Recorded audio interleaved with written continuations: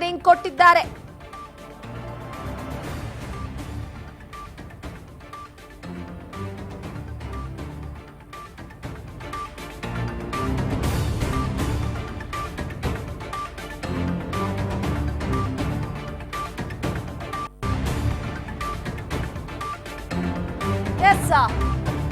ಎಲ್ಲೇ ಇದ್ದರೂ ಕೂಡಲೇ ಸ್ವದೇಶಕ್ಕೆ ನೀನು ವಾಪಸ್ ಬಾ ಅಂತ ದೇವೇಗೌಡರು ಈಗ ತಮ್ಮ ಮೊಮ್ಮಗನಿಗೆ ವಾರ್ನಿಂಗ್ ಕೊಟ್ಟಿದ್ದಾರೆ. ಟ್ವೀಟ್ ಮೂಲಕ ಮಾಜಿ ಪ್ರಧಾನಿ ದೇವೇಗೌಡರು ವಾರ್ನಿಂಗ್ ಕೊಟ್ಟಿರುವಂತದ್ದು.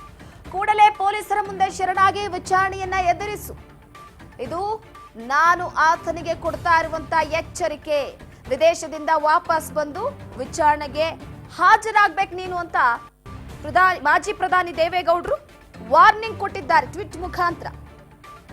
ಹಾಗಿದ್ರೆ ನಿಜವಾಗ್ಲೂ ಕೂಡ ಪ್ರಜ್ವಲ್ ಅವರು ಕಾಂಟ್ಯಾಕ್ಟ್ ಅಲ್ಲಿ ಇಲ್ವಾ? ಹಾಗಿದ್ರೆ ಮನೆಯವರ ಜೊತೆ ಟ್ವೀಟ್ ಮುಖಾಂತರವಾಗಿ ದೇವೇಗೌಡರು ವಾರ್ನಿಂಗ್ ಕೊಟ್ಟಿದ್ದಾರೆ ಅಂತಂದ್ರೆ ಮನೆಯವರನ್ನೆಲ್ಲ ತೊರೆದು ಬಿಟ್ರ? ಹಾಗಿದ್ರೆ ಟ್ವೀಟ್ ಮೂಲಕ ಈಗ ಮಾಜಿ ಪ್ರಧಾನಿ ದೇವೇಗೌಡರು ತಮ್ಮ ಮೊಮ್ಮಗನಿಗೆ ವಾರ್ನಿಂಗ್ ಕೊಟ್ಟಿದ್ದಾರೆ. ಎಲ್ಲೇ ಇದ್ರೂ ಕೂಡ ಬೇಗ ಬಂದು SIT ವಿಚಾರಣೆಯನ್ನ ಎದುರಿಸು, ನನ್ನ ತಾಳ್ಮೆಯನ್ನ ಪರೀಕ್ಷೆ ಮಾಡಬೇಡ ಅಂತ ಇಲ್ಲಿ ವಾರ್ನಿಂಗ್ ಕೊಟ್ಟಿರುವಂಥದ್ದು. ಲಂಡನ್ಗೆ ಪಲಾಯನ ಮಾಡಿದ್ದಾರೆ. ಅವರ ಸ್ನೇಹಿತರು ಸಹಾಯ ಮಾಡಿದ್ದಾರೆ ಪ್ರಜ್ವಲ್ ಅವರಿಗೆ. ಇಷ್ಟು ದಿನ ಆದ್ರೂ ಕೂಡ ಕಣ್ಮರೆಯಾಗಿದ್ದಾರೆ. ಇಲ್ಲಿವರೆಗೂ ಕೂಡ ಪ್ರಜ್ವಲ್ ಎಲ್ಲಿದ್ದಾರೆ, ಏನ್ ಮಾಡ್ತಿದ್ದಾರೆ, ಯಾವ್ಯಾವ ಊರು ತಿರುಗ್ತಿದ್ದಾರೆ, ಬರಲ್ವ ರಾಜ್ಯಕ್ಕೆ, ವಾಪಸ್ ಬಂದು ವಿಚಾರಣೆಗೆ ಹಾಜರಾಗಲ್ವಾ, SIT ಅಧಿಕಾರಿಗಳ ಮುಂದಿನ ನಡೆ ಏನು, ಸರ್ಕಾರದ ಮುಂದಿನ ನಡೆ ಏನು, ಪ್ರಜ್ವಲ್ ಅವರು ರಾಜ್ಯಕ್ಕೆ ವಾಪಸ್ ಆಗ್ಲಿಲ್ಲ ಅಂದ್ರೆ ಮುಂದಿನ ತಿಂಗಳು 4ನೇ ತಾರೀಕು ಫಲಿತಾಂಶ ಹೊರ ಬರ್ತಾ ಇದೆ. ಮತ್ತೊಂದು ಕಡೆ ರಾಜತಾಂತ್ರಿಕ ಪಾಸ್ಪೋರ್ಟ್ ಅನ್ನ ಬಳಸಿ ವಿದೇಶಕ್ಕೆ ಹಾರಿ ಹೋಗಿದ್ದಾರೆ ಪ್ರಜ್ವಲ್ ಅವರು. ಬಂದು SIT ತನಿಖೆಯನ್ನು ಎದುರಿಸಬೇಕಾಗಿದೆ. ತಂದೆ ಜೈಲು ಸೇರಿದ್ರು, ಜೈಲು ವನವಾಸವನ್ನ ಅನುಭವಿಸಿದ ನಂತರ ಹೊರಗೆ ಬಂದಿದ್ದಾರೆ. ಈ ಸಂದರ್ಭದಲ್ಲೂ ಕೂಡ ಪ್ರಜ್ವಲ್ ಅವರು ತಮ್ಮ ಕುಟುಂಬದ ಜೊತೆ ಕಾಂಟ್ಯಾಕ್ಟ್ ಅಲ್ಲಿ ಇಲ್ವಾ? ಕುಮಾರಸ್ವಾಮಿ ಅವರು ಕೂಡ ವಾರ್ನಿಂಗ್ ಮಾಡಿದ್ರು, ಪ್ರಜ್ವಲ್ ಅವರು ಎಲ್ಲಿದ್ದಾರೆ ಅಂತ ನಮಗೆ ಗೊತ್ತಿಲ್ಲ, ಗೊತ್ತಿದ್ರೆ ನಾವ್ಯಾಕೆ ಮುಚ್ಚು ಮರೆ ಮಾಡ್ತಿದ್ವಿ, ಪ್ರಜ್ವಲ್ ಅವರನ್ನ ಕರೆಸ್ತಿದ್ವಿ ರಾಜ್ಯಕ್ಕೆ, ವಿಚಾರಣೆಗೆ ಹಾಜರಾಗೋದಕ್ಕೆ ಹೇಳ್ತಾ ಇದ್ವಿ, ಆದ್ರೆ ಪ್ರಜ್ವಲ್ ಎಲ್ಲಿದ್ದಾರೆ ಅಂತ ಗೊತ್ತಿಲ್ಲ ಅಂತ ಹೇಳಿಕೆ ಕೊಟ್ಟಿದ್ರು. ದೊಡ್ಡಗೌಡರಿಗೂ ಕೂಡ ತಲೆನೋವಾಗಿತ್ತು. ಈಗ HD ದೇವೇಗೌಡರು ಸ್ವತಃ ಅವರೇ ವಾರ್ನಿಂಗ್ ಅನ್ನ ಮಾಡಿದ್ದಾರೆ. ಎಲ್ಲೇ ಇದ್ರು ಸ್ವದೇಶಕ್ಕೆ ವಾಪಸ್ ಬಾ, ನಾನು ಕೊಡ್ತಾ ಇರುವಂತಹ ಕೊನೆಯ ವಾರ್ನಿಂಗ್ ಇದು ನಿನಗೆ ಅಂತ ಹೇಳಿಕೆಯನ್ನ ಕೊಟ್ಟಿರುವಂತದ್ದು. ಇಲ್ಲಿ ಪ್ರಮುಖವಾಗಿ ಮತ್ತೊಂದು ಕಡೆ ಪ್ರಜ್ವಲ್ ರೇವಣ್ಣ ಅವರಿಗೆ ಈಗ ಫೈನಲ್ ವಾರ್ನಿಂಗ್ ಇದು. ಕುಟುಂಬದ ಕಡೆ, ಕುಟುಂಬದವರು ಮೊದಲೇ ಹೇಳ್ತಿದ್ರು ಬಂದು ಶರಣಾಗು, ನಿನ್ನನ್ನ ಅಧಿಕಾರಿಗಳು ವಿದೇಶಕ್ಕೆ ಬಂದು ಅರೆಸ್ಟ್ ಮಾಡಿದ್ರೆ ನಮ್ಮ ಕುಟುಂಬದ ಮಾನ ಮರ್ಯಾದೆ ಕೂಡ ಹೋಗುತ್ತೆ, ಏನೂ ತಪ್ಪು ಮಾಡಿಲ್ಲ ಅಂತ ಅಂದ್ರೂ ಕೂಡ ನೀನು ಬಂದು ಹಾಜರಾಗಿ ವಿಚಾರಣೆಯನ್ನ ಯಾವ ರೀತಿ ನಡೆಸ್ತಾರೋ ಅದಕ್ಕೆ ಸಹಕಾರ ಮಾಡು ಅಂತ ಒಂದು ಹೇಳಿಕೆ ಕೊಟ್ಟಿದ್ರು. ಕುಟುಂಬಕ್ಕೆ ದೊಡ್ಡ ಅವಮಾನ ಆಗಿದೆ. ಇನ್ನ ವಿದೇಶಕ್ಕೆ ಬಂದು ಅಧಿಕಾರಿಗಳು ನಿನ್ನನ್ನ ಅರೆಸ್ಟ್ ಮಾಡಿದ್ರೆ ಇನ್ನೂ ಕೂಡ ಅವಮಾನ ಆಗುತ್ತೆ. ಈಗಾಗಲೇ ದೊಡ್ಡಗೌಡರ ಕುಟುಂಬದಲ್ಲಿ ಎಲ್ಲವೂ ಕೂಡ ಸರಿ ಇಲ್ಲ. ಭವಾನಿ ರೇವಣ್ಣ ಅವರು ಒಂದು ದಿಕ್ಕಾದ್ರೆ ರೇವಣ್ಣ ಅವರೇ ಮತ್ತೊಂದು ದಿಕ್ಕಲ್ಲಿದ್ದಾರೆ. ದೇವೇಗೌಡರು, ಕುಮಾರಸ್ವಾಮಿ ಅವರು, HD ರೇವಣ್ಣ ಅವರು ಒಂದು ಕಡೆ ಇದ್ರೆ, ಸೂರಜ್ ರೇವಣ್ಣ ಅವರು, ಪ್ರಜ್ವಲ್ ಅವರು ಬೇರೆ ಕಡೆನೇ ಇದ್ದಾರೆ. ಮನೆಯ ಸದಸ್ಯರೆಲ್ಲರೂ ಕೂಡ ಬೇರೆ ಬೇರೆ ಕಡೆ ಮುಖ ಮಾಡಿರುವಂಥದ್ದು. ಒಂದು ಕಡೆ ನೋಡುವಂಥದ್ದಾದ್ರೆ ಈಗ ಪ್ರಜ್ವಲ್ ರೇವಣ್ಣ ಅವರು ವಾಪಸ್ ಬರ್ತಾರಾ ರಾಜ್ಯಕ್ಕೆ ಅನ್ನುವಂಥದ್ದು ಸದ್ಯಕ್ಕೆ ಕಾಡ್ತಾ ಇರುವಂತಹ ಪ್ರಶ್ನೆ.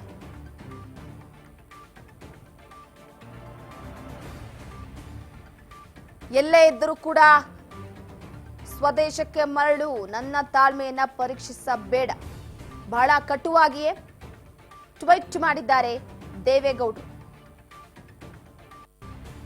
HD ದೇವೇಗೌಡರು ಹೇಳಿದ್ದಾರೆ ಅಂತಂದ ಮೇಲೆ ಪ್ರಜ್ವಲ್ ಅವರು ವಾಪಸ್ ಬರ್ತಾರಾ, ಅವರ ಮಾತಿಗಾದ್ರೂ ಬೆಲೆ ಕೊಡ್ತಾರಾ, ವಿಚಾರಣೆಗೆ ಹಾಜರಾಗ್ತಾರಾ? ಅವನು ಮನೆಯವರ ಕಣ್ಣಲ್ಲಿ ಏಕಾಂಗಿಯಾಗಿರುವುದರಲ್ಲಿ ಸಂದೇಹವಿಲ್ಲ. ನನ್ನ ಬಗ್ಗೆ ಅವನಿಗೆ ಗೌರವವಿದ್ದಲ್ಲಿ ಅವನು ಕೂಡಲೇ ಹಿಂದಿರುಗಿ ಬರಬೇಕು. ಪ್ರಜ್ವಲ್ನ ಚಟುವಟಿಕೆ ಬಗ್ಗೆ ನನಗೆ ಯಾವುದೇ ಮಾಹಿತಿ ಇರಲಿಲ್ಲ. ಅವನನ್ನ ರಕ್ಷಿಸುವ ಯಾವುದೇ ಇರಾದೆಯೂ ನನಗಿಲ್ಲ. ಈ ಹಿನ್ನೆಲೆಯಲ್ಲಿ ಅವನ ಈಗಿನ ಚಲನವಲನದ ಬಗ್ಗೆ ಏನೂ ಕೂಡ ನನಗೆ ತಿಳಿದಿಲ್ಲ ಅಂತ ದೇವೇಗೌಡರು ಹೇಳಿದ್ದಾರೆ. ಅವನ ವಿದೇಶಿ ಯಾತ್ರೆಯ ಬಗ್ಗೆ ನನಗೆ ಏನೂ ಕೂಡ ತಿಳಿದಿಲ್ಲ. ನಾನು ನನ್ನ ಆತ್ಮಸಾಕ್ಷಿಗೆ ಮಾತ್ರ ಉತ್ತರಿಸಬಲ್ಲೆ. ನನಗೆ ದೇವರಲ್ಲಿ ನಂಬಿಕೆ ಇದೆ. ನನ್ನ ಆತ್ಮಸಾಕ್ಷಿಯ ವಿಚಾರವಾಗಿ ಅಷ್ಟೇ ನಾನು ಉತ್ತರವನ್ನ ನೀಡುತ್ತೇನೆ. ಆ ದೇವರಿಗೆ ಎಲ್ಲಾ ಸತ್ಯ ತಿಳಿದಿದೆ ಅಂತ ನಾನು ನಂಬಿದ್ದೇನೆ. ನಾನು ಈಗ ಒಂದು ಕೆಲಸವನ್ನಷ್ಟೇ ಮಾಡಬಲ್ಲೆ. ಎಚ್ ಡಿ ದೇವೇಗೌಡರು ಹೇಳಿರುವಂಥದ್ದು.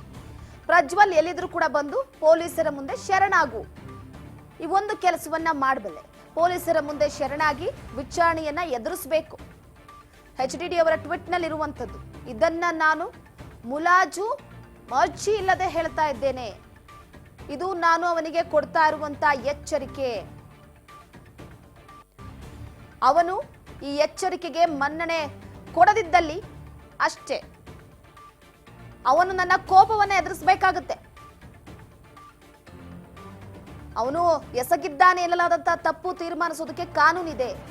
ಟ್ವೀಟ್ ಮುಖಾಂತರವಾಗಿ ಈ ರೀತಿಯ ಎಚ್ಚರಿಕೆ ಕೊಟ್ಟಿದ್ದಾರೆ. ಈ ಎಚ್ಚರಿಕೆಗೆ ತಲೆಬಾಗದಿದ್ದಲ್ಲಿ ಏಕಾಂಗಿ ಇರೋದ್ರಲ್ಲಿ ಯಾವುದೇ ರೀತಿ ಸಂದೇಹವಿಲ್ಲ ಅನ್ನುವಂಥದ್ದನ್ನ ಹೇಳಿರುವಂಥದ್ದು. ಈ ಬಗ್ಗೆ ಮತ್ತಷ್ಟು ಅಪ್ಡೇಟ್ ಕೊಡ್ತಾ ಹೋಗ್ತಾರೆ ನಮ್ಮ ಪ್ರತಿನಿಧಿ ಬಸವರಾಜ್ ಹೂಗಾರ್ ಸಂಪರ್ಕದಲ್ಲಿದ್ದಾರೆ.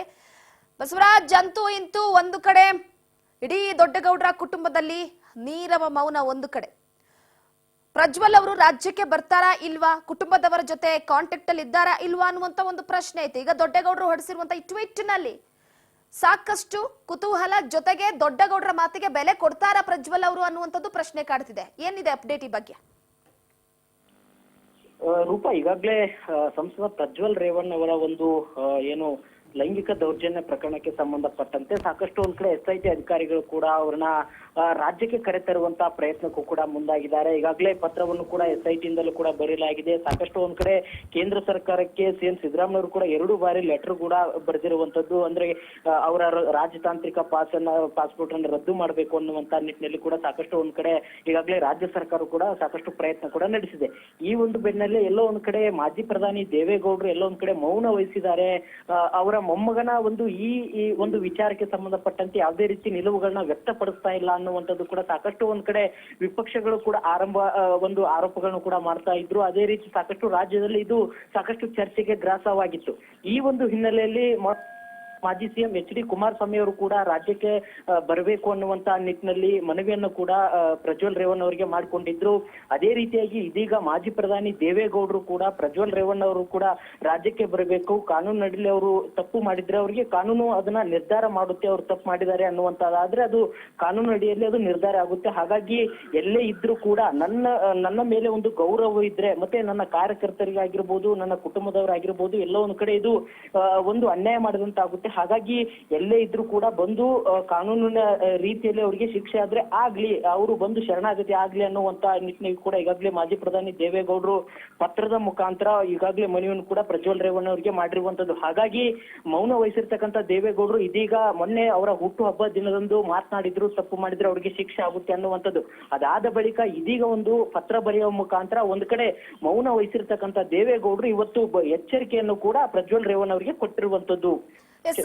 ಇದನ್ನೆಲ್ಲ ನೋಡಿದ್ರೆ ಬಸವರಾಜ್, ಪ್ರಮುಖವಾಗಿ ಒಂದು ಕಡೆ ರೇವಣ್ಣ ಅವರು ಅರೆಸ್ಟ್ ಆದ ಸಂದರ್ಭದಲ್ಲೂ ಕೂಡ ಪ್ರಜ್ವಲ್ ಅವರಿಂದ ಉತ್ತರ ಇಲ್ಲ.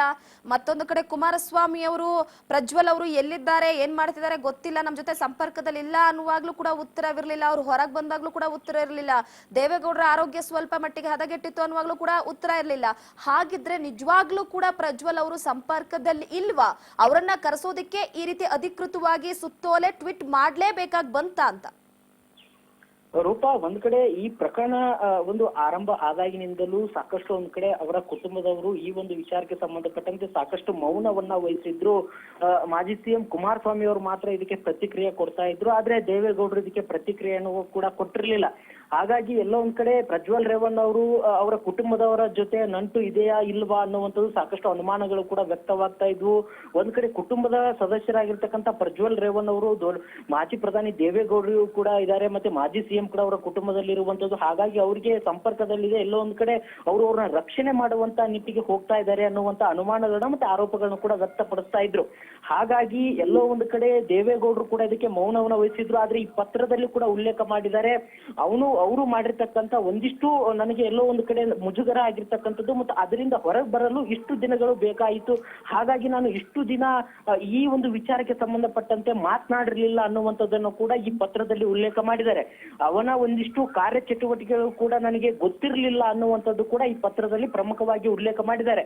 ಅವ್ರು ಏನೇನ್ ಮಾಡ್ತಾ ಇದ್ರು, ಯಾವ ರೀತಿಯ ಕಾರ್ಯಚಟುವಟಿಕೆ ನಡೆಸ್ತಾ ಇದ್ರು ಅನ್ನುವಂಥದ್ದು ಕೂಡ ನನ್ನ ಗಮನಕ್ಕೆ ಬಂದಿರಲಿಲ್ಲ. ಹಾಗಾಗಿ ಇದೀಗ ಈ ಒಂದು ಆರೋಪ ಕೇಳಿ ಬಂದಿದೆ. ಹಾಗಾಗಿ ಇದರಲ್ಲಿ ಏನಾದ್ರೂ ತಪ್ಪು ಮಾಡಿದ್ದೆ ಆದ್ರೆ ಅದನ್ನ ಕಾನೂನು ನಿರ್ಧಾರ ಮಾಡುತ್ತೆ.